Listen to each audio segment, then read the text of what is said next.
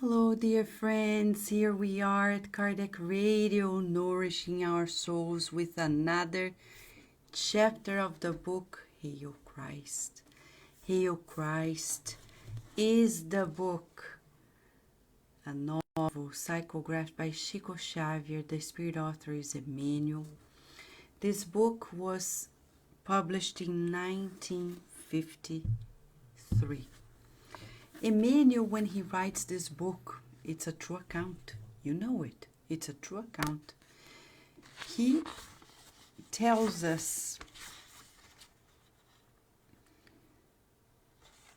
that today, as in days gone by, Jesus overlooks our rebellious words, our onslaughts of opinion, our sectarian fanaticism, and our exhibitionism in deeds that are alluring outwardly but sickly within. Above all, the exalted benefactor expects from our lives, our hearts, our character, our conduct, our attitude, our examples, and ongoing personal service. So this is why we're here. We're here together because we are also transforming ourselves. This is a time on earth when the new is sprouting, the old is fading away, little by little, and it's up to you and I to really make this happen, right? Hail Christ. What would be of the world if we didn't have the Christ with us? I don't know the answer. I know the world would be different. Just read this book and you see what it is, a life with and without it. In this book, we are reading about the story of a father who is reincarnated with the mission to lead his son to Christ consciousness. Quintus Varus, the father, Tassianius, the son. However, in between them, there's a whole lot of things going on, right? We got to know that the father was married to Cynthia, and Cynthia was vain. She really wanted money and power and an easy life. She didn't want anything to do with the Christ teachings. Remember, she's Roman patrician. Quintus Varus is too. And at a time in which either you were doing well or you were not. You would be a slave, a servant, etc. Extremes in life. She then started an affair with her cousin, who was the very boss of her husband. The husband found out in the middle of the night, coming back from his Christian gathering. He found out. What did he do? A scandal? Justice with his own hands? No. He practiced self-management, self-control. He could recall the teachings of the Christ and hold on to himself. After talking to some Christian friends who were wiser than him, he understood he needed to take a new journey. He finds out, filled with much dignity, he finds a job far away from the reign of his boss. But he doesn't say anything. The boss, Opilius, agrees, to his surprise. Makes everything easier. He finds a job. He needs to sail to the Gauls and help the new emperor in a mission. But when he is in the ship, he finds out that Opelius created a plot against him. He was supposed to be murdered. However, the man who was supposed to murder him, Subrius, recalled that his father, Tessianius' father, Quintus Varus' father, did his father a favor. So he refrained from murdering Quintus Varus and instead murdered Quintus Varus' companion, the friend, Corvinus, a 70-year-old man who was Christian. To the world, Quintus Varus is dead. But he is able to escape because this man finds a way for him to escape. He is distraught in the heart because Corvinus was a much respected authority for Quintus Varus. He is able to dialogue with him at the end of his final minutes, the final minutes of his life. And we hear from his very lips, and I will just quote a phrase or two to get us back to where we were in this amazing narrative. He says, "My son, why is your heart in a rage when we need peace? Can you possibly believe that anyone could harm us without God's permission?" These are the words of Corvinus after he was stabbed. He knows he's dying, and yet he finds strength to counsel Quintus Varus into the peace and calmness that the Christ has been teaching us. "I know how you feel, Varus, but I am at peace. I have the happiness of bearing witness. And for my greatest joy, I have someone who is listening to me on the threshold of a new life." He discarnates, and Varus is then allowed to escape. When he does, he goes to the city of Lyon, and once he is there, he finds the very church that Corvinus recommended him. A new chapter beginning his life. To the world, he is no longer Quintus Varus. He is now the brother of Corvinus. Brother Corvinus as well. From there on, a new life takes place for him. But what is happening meanwhile in his very family? Today it's about a new chapter, a chapter in which we're going to talk about Quintus Varus' family, how they are living now, while Quintus Varus is adapting himself to a young woman's adventure. So welcome to Kardec Radio, friends. This is a moment for us of deep, deep, deep reflection, because our world nowadays is not very far from what we're seeing here. Yes, Emmanuel was asked by the superior forces of the earth to write this novel for us, not because it's like a story of 2,000 years ago, or less than that, of course. But the moral aspects are still very vivid in its facets in our current world. We still see betrayals. We still see lack of honesty. We still see lack of sincerity. We still see many people taking shortcuts in life and the consequences for everybody in their lives.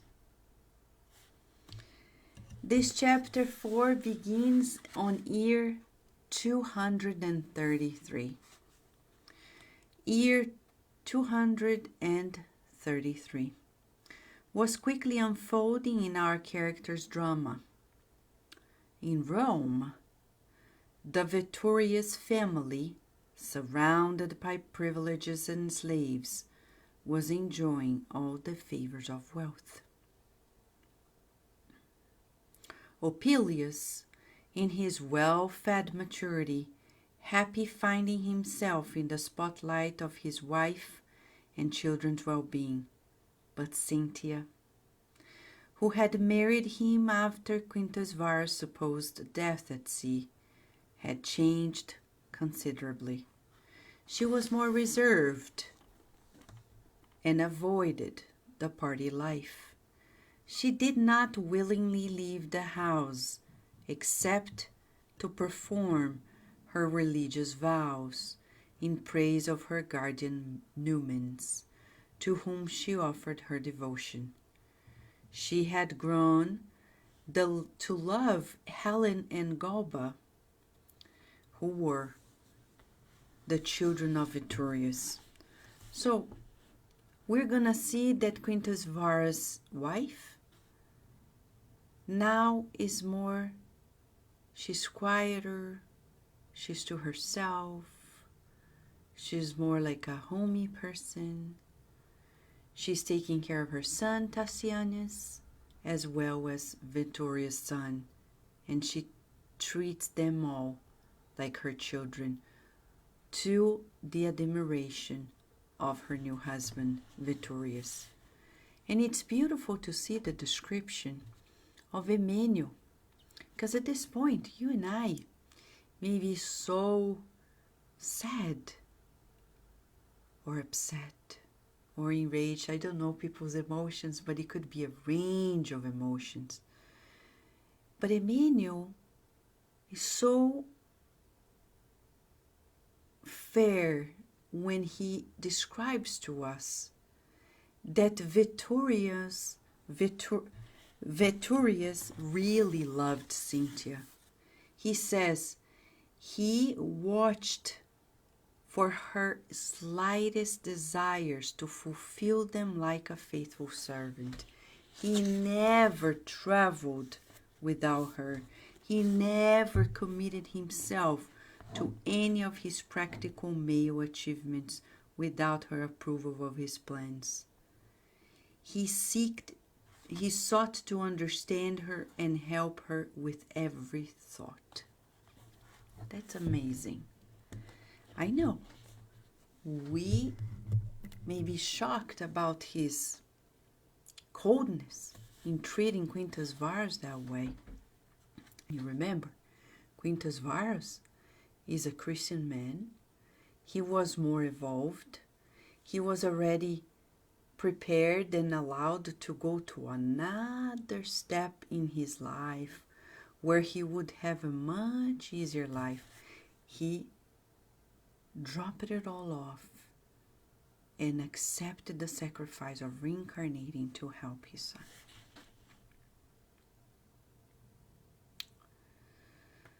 And yet, in spite of all the help he has spiritually speaking, he goes through this betrayal, the cheating, the family separation. Pause for a second, because this story may be interesting. But think about you. What if you were Varus? What if I were Varus? How would you decode your life? Because usually we read things very linearly in life. We see setbacks as punishments. We see difficulties, challenges as if we have done something wrong. Not necessarily.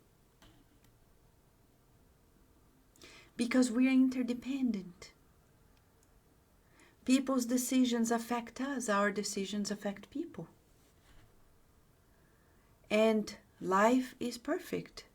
It has order at all levels. In spite of our free will, we will only go through what we can handle. You know, I know many people who are like this. Oh, they make decisions, and when they do it, they regret. They think, oh, they go through their whole lives thinking, if I had bought that house, if I had done that thing, if I had, and then they don't understand that the math of life is not linear. When you have to go through something, when you need to subject yourself to a certain mission, even a mission like Quintus Varus, you will go through the bumps of the planet that you're living in. I'll give an example. You may be a great pianist, but if the piano is not all that good, you're not going to be able to show how great you are. In this planet where we're living in, life will present to us challenges that do not necessarily define who you are. The betrayal of his boss, the dishonesty, the cheating of his wife did not define Quintus Varus. What wrong had he done? In that life, no wrong. Oh, I should have chosen another wife. Well, maybe, but that's beyond the point. We're going to see that that's not true. So I think the first thing we need to point out as an assessment question for us here, especially at this time of this pandemic, are you reading life linearly? As if 2 + 2 = 4, because life is not like this. It's not like this. I was telling a friend the other day, oh, I need to buy a new house somewhere else. And I said, you know, the house that you need to buy is already selected. Don't feel like you need to put all your strength in it, because it's already assigned. Instead of doing this physical labor, pray, connect. The same for people who are working on their PhD, on their work solutions, in their families, having having children, getting married, moving to a new country, not moving, moving jobs. Think, for everything you do, there is a higher plan. Connect and allow it to come through. Make your effort, but make your effort knowing that you are being guided to what you need to do. Throughout this book, you're going to see that we go to the places where we're going to meet the people we're supposed to meet, be with the ones we're supposed to be, and do what we got to do. So, do not take, you and I cannot, at this time of the pandemic, feel like, oh my gosh, this person got sick because of that. It's not linear. It's not linear. I think that's the first thing we need to think. When we get to know of Quintus Varus' happenings, understand, if you were him, would you see as he's seen and surrender? He's not there depressed. He may be sad, melancholic, worried about his son, but he's not feeling like, oh, maybe I should have done what Cynthia told me to do. I should have taken a better job, got more money, more slaves, because by now I would have all my family in place, but then at the cost of injustices that you would have to commit to do all that. That's the first thing for us to meditate upon. Now Emmanuel is describing the family, the new family of Cynthia. And it's important for us because then we're going to understand the rest of the book. So Quintus Varus' former wife is now married to Vittorius. Vittorius had already 2 children, Helen and Galba. And Cynthia and Varus have a son, Tarsianus. Tarsianus is with Cynthia and Vittorius. Helen is 17 years old, very beautiful, and she was very good social skills, and she loved to entertain herself. Tarsianus, on the other hand, he was dedicated to studying, fascinated by the patrician traditions. He was nearly always immersed in philosophy and history. And Galba, he was the vain man. Yes, he could not stand his brother's intellectual superiority. He was turbulent, quarrelsome. He became angry over trifles and lost nights of sleep in the company of unworthy people. Tarsianus was really ahead of the game. He was really fond of the cult of Cybele.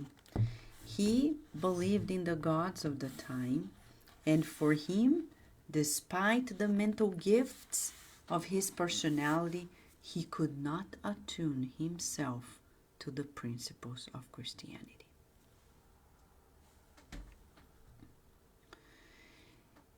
And whenever he was presented with Christianity, he would ask himself why so many men and women went to their deaths, as if life were not a gift from the gods worthy of spreading happiness among mortals.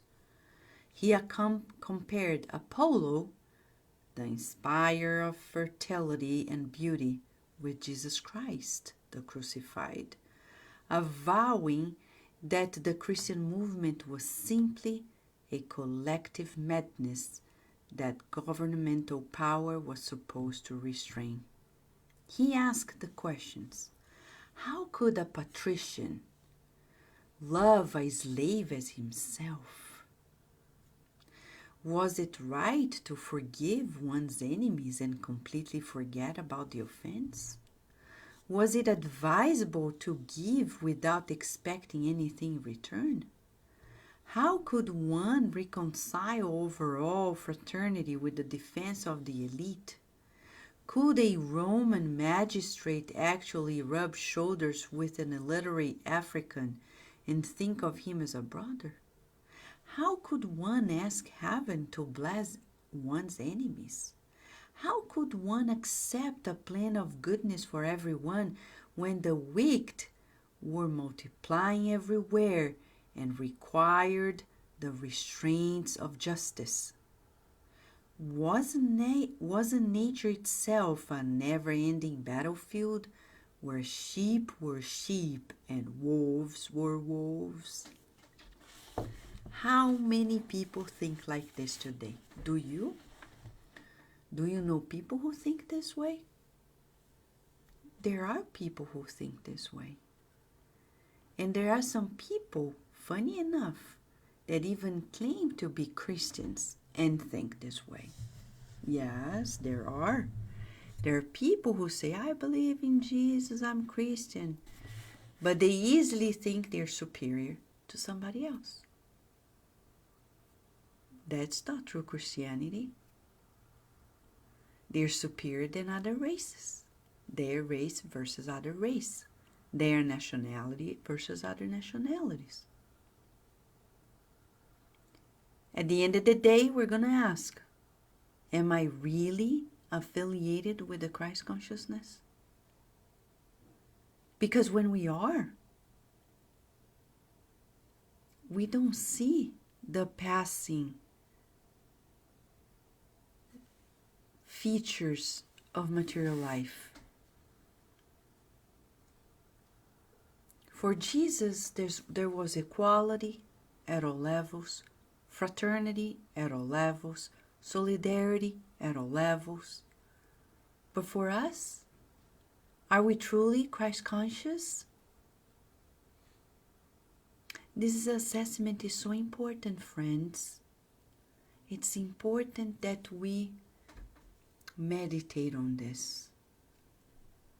Do we think people are superior because they are rich? They are superior to others who are poor? We need to meditate on this. Because I remember when I moved to Baltimore, Maryland, in the United States, in 1998, racial tensions were so present, I was shocked. I remember people telling me, this type of race is this way and we are that way. Believe me. And I was like, I don't believe you think that way. It's not possible. People who claim to be Christians. And there are people nowadays who believe they are superior because they are born in certain countries, or because they are of certain socioeconomic status. Or I even remember people saying that when people are obese, they are not as smart. And I'm like, really? That's not true. I'm sorry to share this with you, but these prejudices are so present in our day-to-day life that when we read this book and we have the gift of Emmanuel's description of the mindset of 2,000 years ago, 1,700 years ago, and many more years ago, we get to know how people used to think.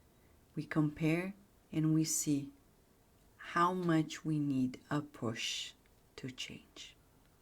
Because right now, you go to a hospital, if you believe that a certain race is inferior, you may find that nurse, that doctor of the other race, of the other nationality in front of you. And it's the only saving grace you have in your life.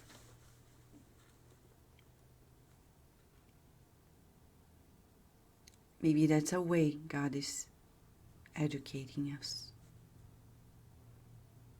To say, we need to change it. Tassianus, it was hard for him.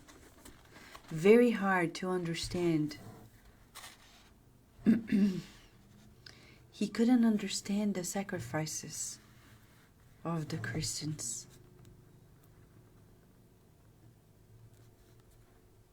Probably because people don't understand what Jesus really did. When you read the book Good News by Humberto de Campos, through Chico Xavier, we come very close to the expression of the Master. And it's important for us to rescue it sooner than later. Cynthia was a quiet woman, and they described the family life to a point that Tassianus, in a conversation, explains to him that if he were entrusted with any administrative task, he would not only exterminate Christianity by wiping out all of its followers, but destroy all the dissolute and depraved citizens that would embarrass the Roman traditions. So Tassianus is invited by his stepfather, Veturius, to move to the Gauls, specifically to the city of Lyon. And Lyon is the city where Kardec reincarnated in the 19th century. He was born in the city. He was going to move there to take care of the family farms, the family lands. And he agreed to it. But believe it or not, Vittorius has a plan to keep the riches within the family. Since his elderly daughter, Helen, the 17-year-old girl, and Tatianus are not real brothers and sisters, he's making an arrangement and saying, I would like you to get married to her since she has a broken heart because the man she loved died in the battlefield. Please get married to Helen, Tatianus. And by doing so, we're going to keep the riches within the family. Can you believe it? He says, I confess that I've been nurturing the hope that your marriage to her would become a reality. I don't wish to impose my desires on you too. I know that the spousal bond must comply with the affinities of your sentiments above all, and I realize that money doesn't bring the happiness of love. However, our peace would be complete if we could keep our financial and territorial prospects as solid tomorrow as they are today. What does Tatianus reply? Father, your wish is my command. I will move to Lyon when it pleases you, and as for the future, the gods will decide. Well, what happens is, meanwhile, our dear Helen, she was dating this man who died, but she found out she was pregnant. Nobody in her family knew she was pregnant. She talks to her servant, Anacleta, and says, Anacleta, we need to find a way to get rid of this. I cannot expose myself in family shame, in society shame, for being pregnant of a man who is not here. She loved him, but she couldn't do anything. Now, this part of the chapter is very emotional. Buckle up, because it's deep, deep, deep, deep. She goes and sees like a sorcerer. They didn't have Planned Parenthood, right, in place, so they had a sorcerer at the time. And they visited the sorcerer, and the sorcerer carefully took the coins the girl offered as an advance payment and sat down in front of a tripod upon which a symbolic shell was sending out aromatic spires of incense.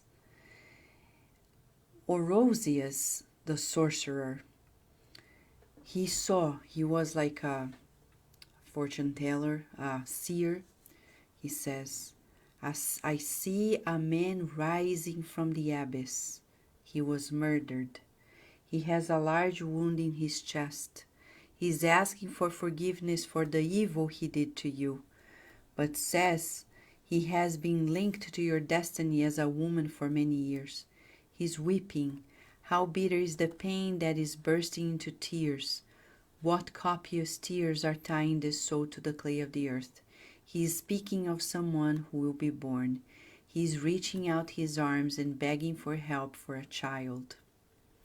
Yes, so young and you'll be a mother. For all the blessings that descend from the gods, he is begging on his knees that you will spare him one more pain.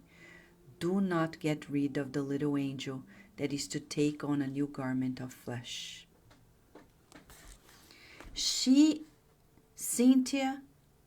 Helen is thinking of committing an abortion. She goes see a sorcerer. The sorcerer, instead of giving her the herbs to get rid of the child, instead she gets this prophetic image saying, keep the baby. It's an angel that is reincarnating. Stay there. The man who died is repentant of impregnating her without noticing and says, please keep the baby. And he prophesied, Madam, do not refuse motherhood. No one can escape heaven's designs with impunity. The child will be your protection and comfort, readjustment and support.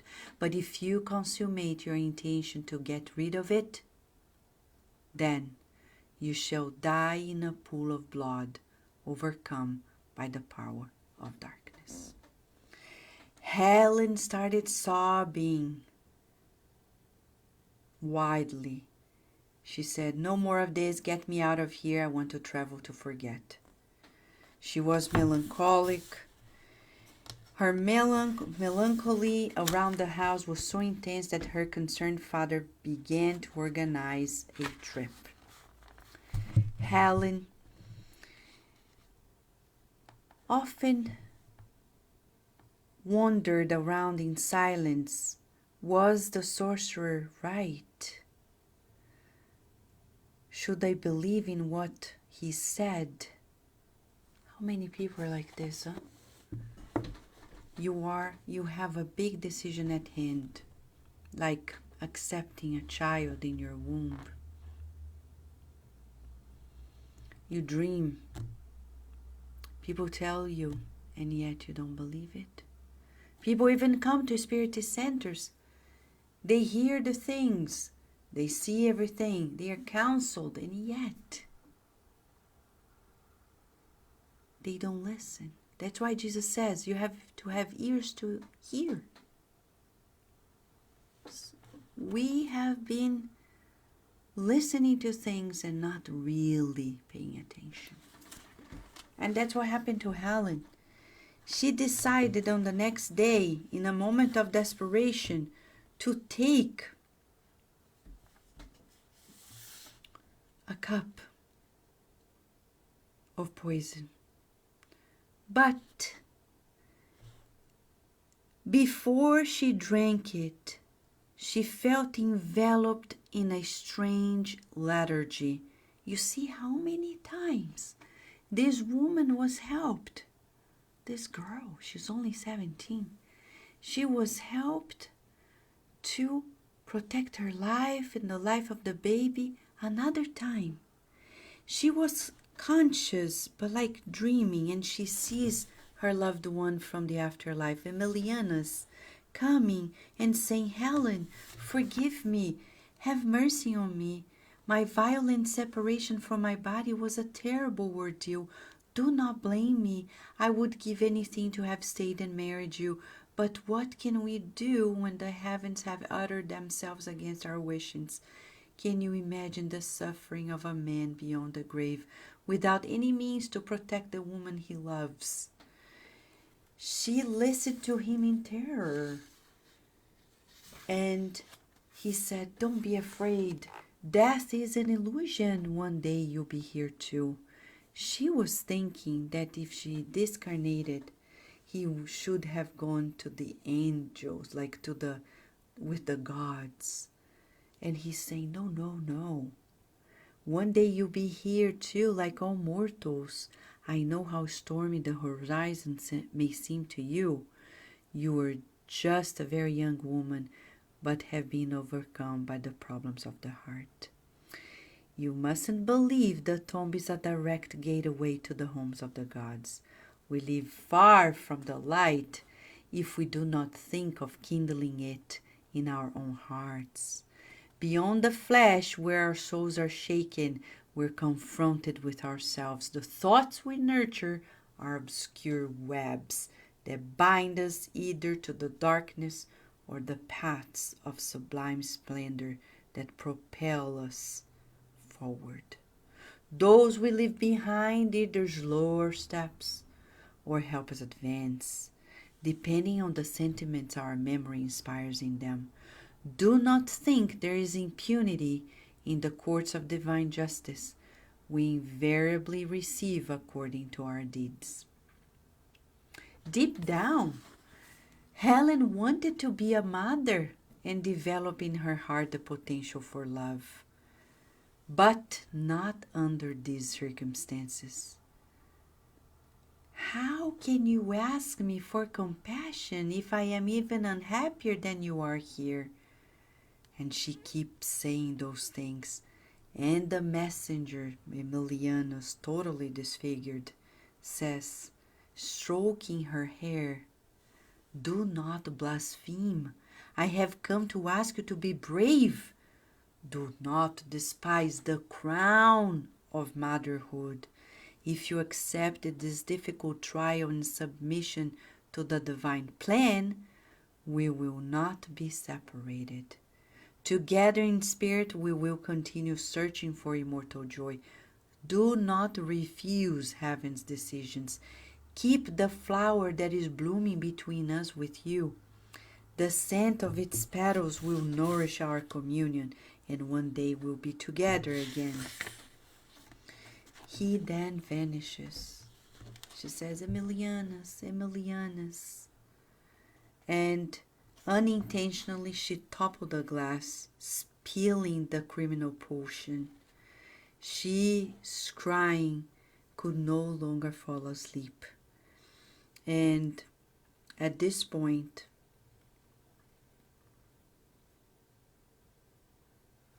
she decides to have the child. Far away from the house of the parents, she travels. She goes through many months of bed rest.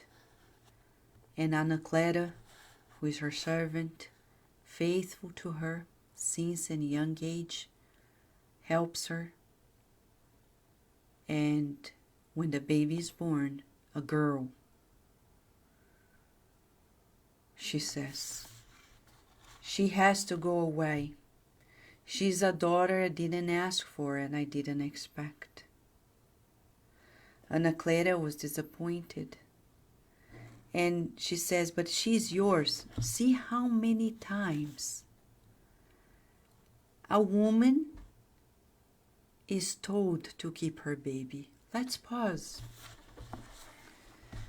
She didn't commit the abortion. Great. But now she's abandoning the kid. Anacleta is taking the charge that she doesn't agree to take this child and abandon her somewhere. They put a little mark, something with the baby that will be a way to identify her one day if needed. But she says, I don't want to see her. Take her away. She's not mine.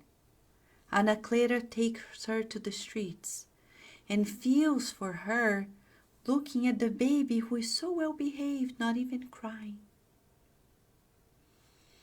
When she sees a man who is coming by, who was in his meditations in the field,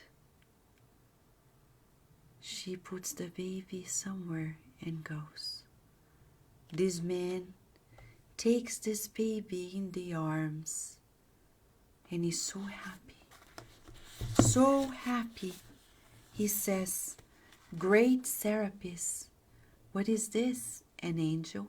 O gods, an angel, who has no one. Divine Zeus, 15 years ago you took Livia, my only daughter, my comfort in my widowhood, to the glory of thy bosom. Today, knowing that I am a pilgrim with no support, you are giving her back to me. May you be praised. From now on, I will not be alone anymore. Pause for a second before we continue. When we have big decisions in life, we always have the support of the beyond and in this life. I cannot go on a survey asking if every woman who committed abortion or abandoned a kid had experienced it, but certainly they have. And they had deaf ears to all the calls. We're not judging, we're just observing.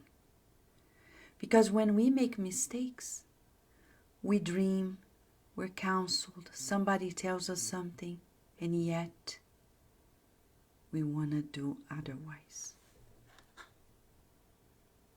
Law of action and reaction. For every action, there is a reaction. For everything we do, there will be consequences. We will reap what we sow. Law of life. This is not punishment. It's the law of life. So today, reading this chapter, we want to do an exercise. We want to observe in our lives nowadays those who are counseling us to take the right decisions.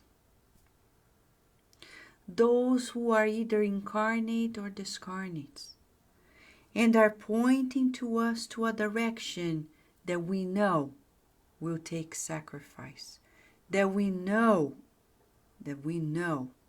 is the right thing to do, but we won't be understood. And yet, why are we resisting it? Helen made a decision. If you stay tuned to the next chapters, you'll see what's going to happen. And it's dramatic, unexpected. Every single one of us have help in two realms to do the right. We often think that we don't know what we came here for, that we don't remember the reincarnatory plan. But Emmanuel is showing to us that we never lack the true support of the beyond and also in this plane to do the right thing. The problem is not that we don't receive the input. The problem is how we decoded it. Helen decoded the dream, decoded the sorcerer's counsel, decoded Anacleta's appeal as something that was terrifying to her ego.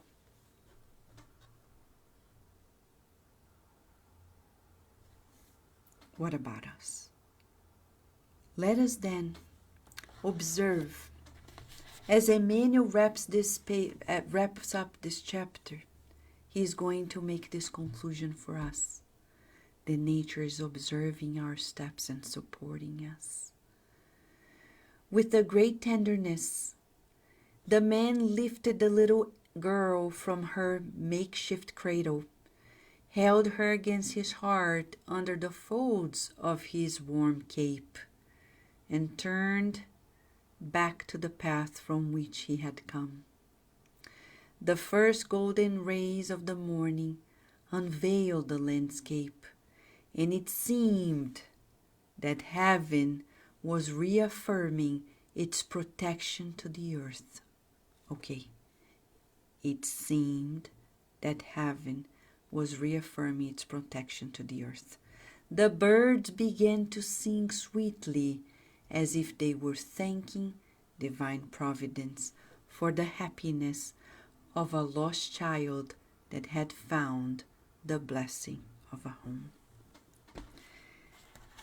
We have many loved ones supporting us. This baby was not truly abandoned. It was transferred to loving arms. And you think this baby is going to be far from the life of the mother? I don't know.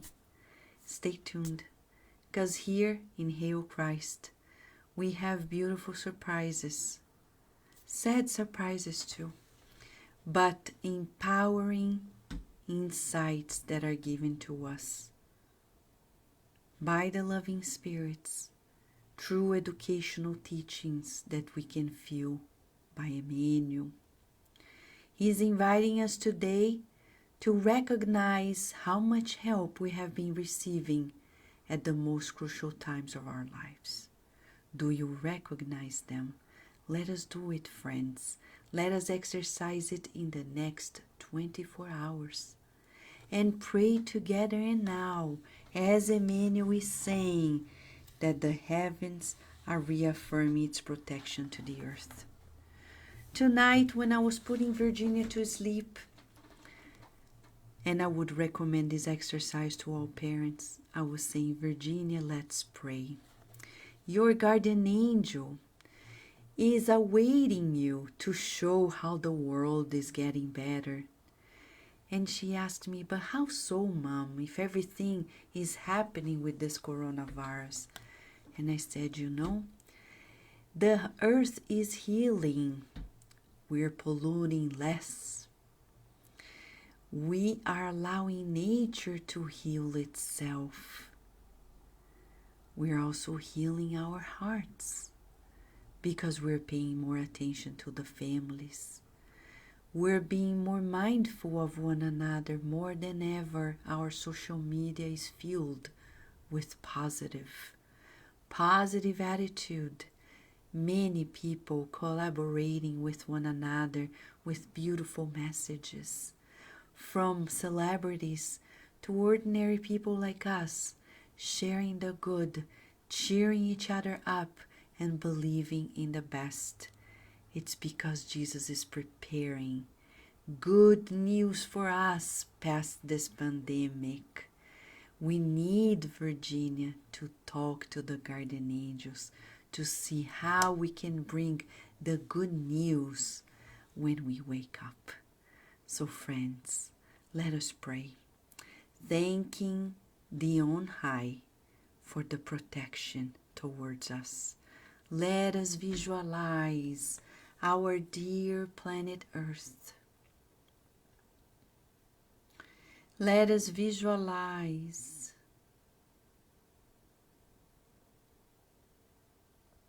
the Sacred Heart of our Master Jesus and the loving blanket of healing light by Mother Mary, enveloping our planet and all of its inhabitants in the light of healing.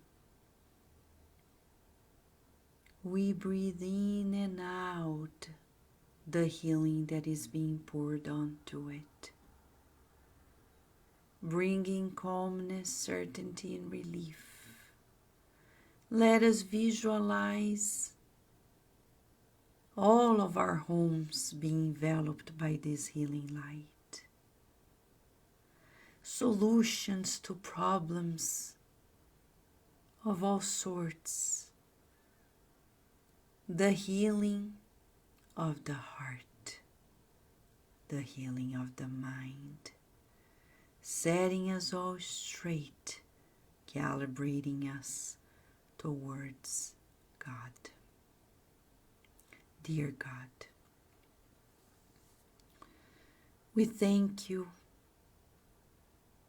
for your divine providence. You know everything, and we feel safe with you. We feel ourselves immersed in the waters of your love, and we hope that the ones who need the most feel these loving hands, especially the hospitals and the homes where people are suffering the most, the refugee camps, the leaders of the countries, of all the countries and their difficult decisions. Mercy, mercy, mercy, dear God. We pray for your mercy. May humanity feel your love and surrender to you.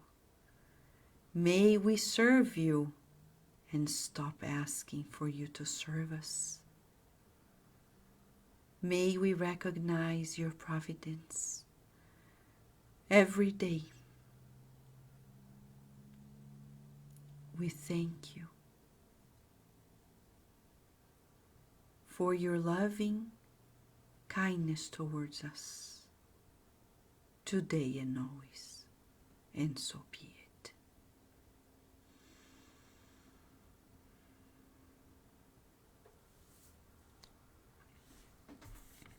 Dear friends, this is Hail Christ, in one more chapter showing us the beauty of the protection we have in our lives.